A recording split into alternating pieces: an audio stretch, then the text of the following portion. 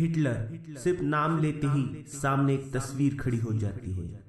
एक तानाशाह, एक हत्यारा, जर्मनी का महानायक। हजारों लोग हजारों नजरिए से इस इंसान को देखते हैं। बहुतांश लोगों को वो इंसान के रूप में दानव नजर आता है, हजारों लोगों को उसमें एक हत्यारा दिखता है। पर यह तो मानना ही पड़ेगा कि हिटलर ने जर्मनी में राष्ट्रवाद की नई ऊर्जा भर दी थी। महज कुछ ही सालों में डूबता हुआ जर्मनी न सिर्फ दुनिया पर राज करने का सपना देखने लगा था, बल्कि उसने लगभग ऐसा कर ही दिया था। जब हमने इस इंसान को अपने नजरिए से देखा तो हमें हिटलर और उसे काफी अलग लगा।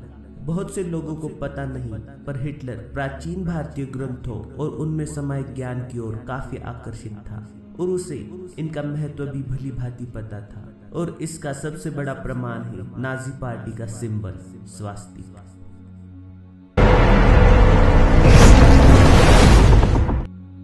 नमस्कार मित्रों, स्वागत है आपका मिथक टीवी में। अगर आपने अभी तक हमारे चैनल को सब्सक्राइब नहीं किया तो इंडियन माइथोलॉजी और इतिहास से जुड़ी कथाओं को देखने के लिए हमें सब्सक्राइब करें। ये तो पूरी दुनिया जानती है कि हिटलर अपने आप को और जर्मन लोगों को आर्यन कहता था, जो आर्य शब्द से लिया गया है। आर्य शब्द का सबसे पहला उपयोग ऋग्वेद में किया गया था और इसका मतलब है सम्मान करने लायक। रामायण के अनुसार प्रभु श्री राम भी एक आर्य थे और आज के भारत में लगभग 65% लोग आर्य वंश के हैं। भारत में एक और महान वंश रहता है, द्रविड़ वंश, जिसकी बात हम कभी और करेंगे।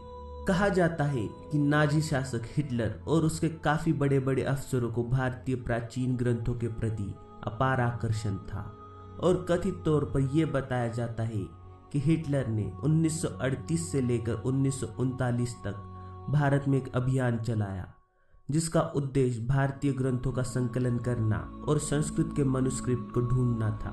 साथ ही वो बहुत से संस्कृत के ज्ञानियों को जर्मनी ले गया।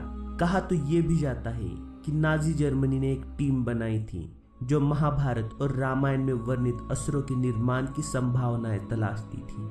हिटलर ही वो पहला इंसान था जिसने प्राचीन भारतीय विमान शास्त्र से प्रेरणा लेकर मर्कुरी वोर्टेक्स इंजन बनाया था, जिसका उपयोग कथित तौर पर बनी द बेल नामक टाइम मशीन में भी किया गया था। आप मंदिर तो जरूर गए होंगे, हर मंदिर के बाहर एक घंटा लटकी हुई होती है।